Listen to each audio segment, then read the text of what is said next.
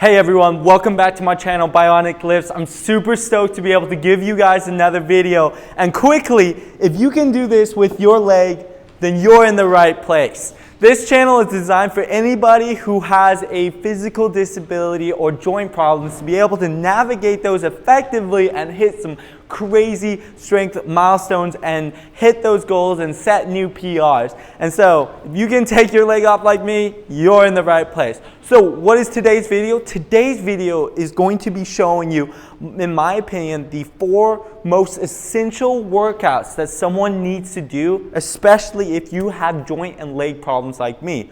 The number 1 workout, I absolutely love this workout, it's one that I got started on, is if you have weaker knees, how do you strengthen your knees, even though you've had a lot of surgeries maybe, without harming them or injuring them or tweaking them? And this is really done with one key exercise, and it sounds super basic, but I promise you, it will help you. And that is the push-up. I know, you've heard about probably push-ups all the time, but it works on your core, it works on your arms, and it works on your shoulders, and for people who have a disability, it helps with your knees to be able to get that joint strength and to do it effectively in a way that doesn't harm your knees. If you started off right with squats right off the bat, you have a potential of just injuring your knees, and then with more injuries, you're not going to want to come back to the gym and you're not going to be consistent with the gym. So as always, it's important to train effectively and realize your limitations at a certain point. The other one is a lot of your physical joint problems can be compensated for the fact if you build the rest of your body.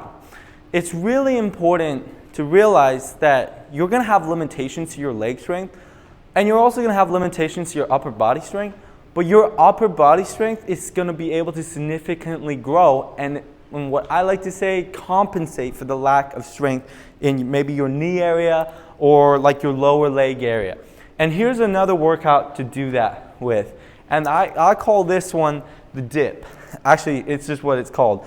But you want to make sure that it also works in knees. If you hold your legs up in an L position like this and cross them, and you go down, because you're also having to use your leg muscles and your knee joints to be able to hold your legs up like this. And so it's a really key one to work out the shoulders, and 2, kind of get those knees warmed up and a little bit of working out there.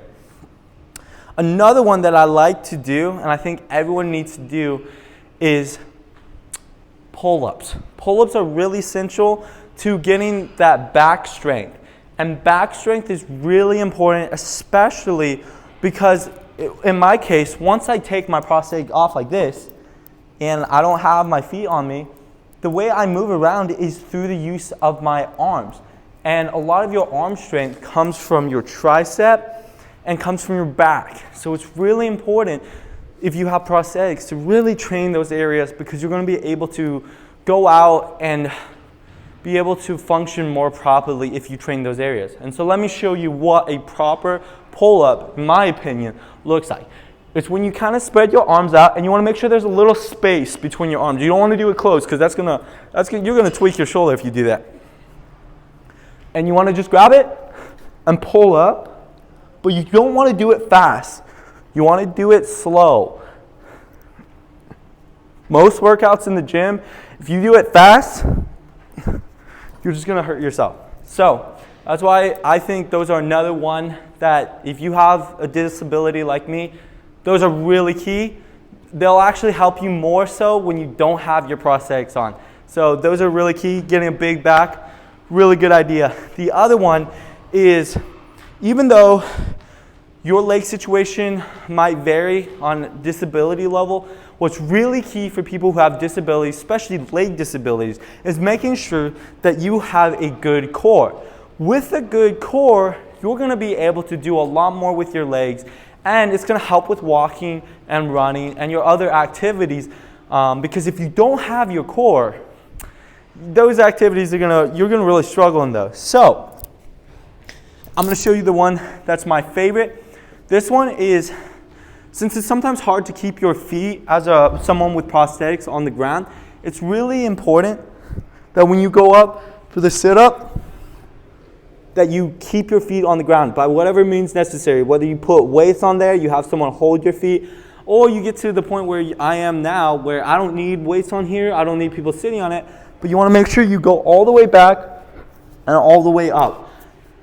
All the way down and all the way up.